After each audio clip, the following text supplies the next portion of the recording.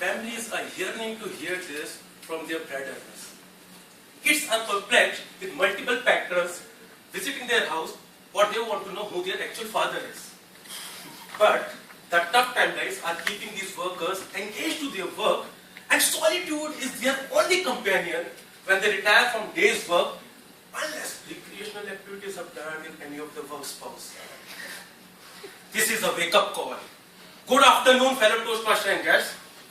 Everybody present here has distinguished experience in IT industry, but there would be an unanimous pertinence over their members, and this conformity can be illustrated.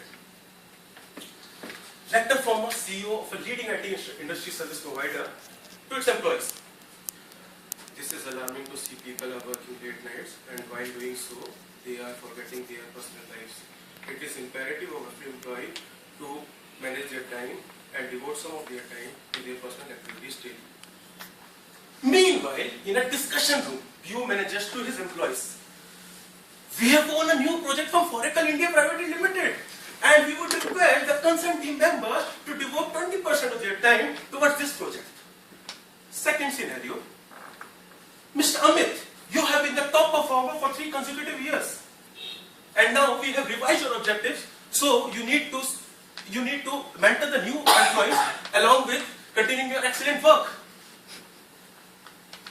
With this continuum of targets, people are so engrossed for maintaining their position at the workplace that they themselves are forgetting their responsibilities.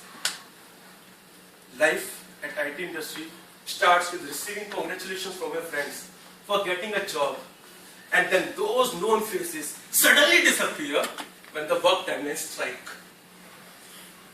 Chatting with friends are converted into discussions with managers. Late night extravaganzas are replaced by long stretches at work, and the list is endless. The miseries multiply as your experience increases.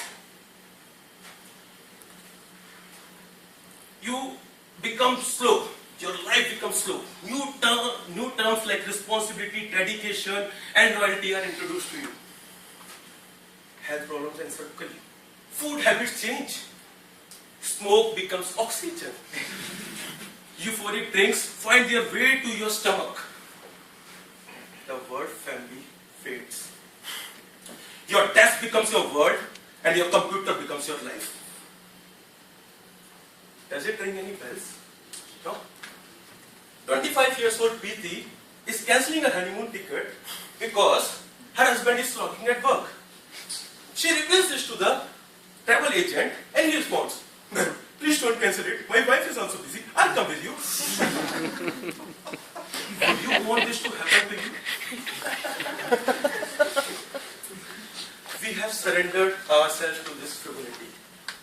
This divergence from life is making us distraught, destitute, and disgruntled souls. Our health succumbs to this uncanny routine.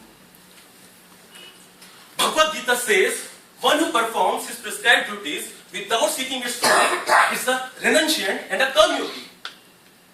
But humans are selfish. They work for prominence, opulence, and reverence, and hence the bliss is far from them. The cruelty of work might never subdue, but there is always a ray of hope. Even the nature's fierceness refuse to be perpetual. Strive for your life, which is magnificent. How about squeezing some time for your family and using these Wonderla tickets? Horse betting in Bangalore Turf Club? Kapil Sharma comedy videos? Delicious Rajasthani meal at Rajdhani? Or window shopping in UP City Mall? Outsource your work. Work from a conference room for a day. Go to an orphanage and visualize orphans' dreams. Let's learn it from the expert. Akash, frustrated with his frequent visits to doctor for his increasing thyroid problem and deteriorating health condition, finally called it quits and joined the bachata dance classes next to his house and appointed a dietitian. After 1 year, he was performing in International Bachata Dance Festival. And also he received promotion at his workplace.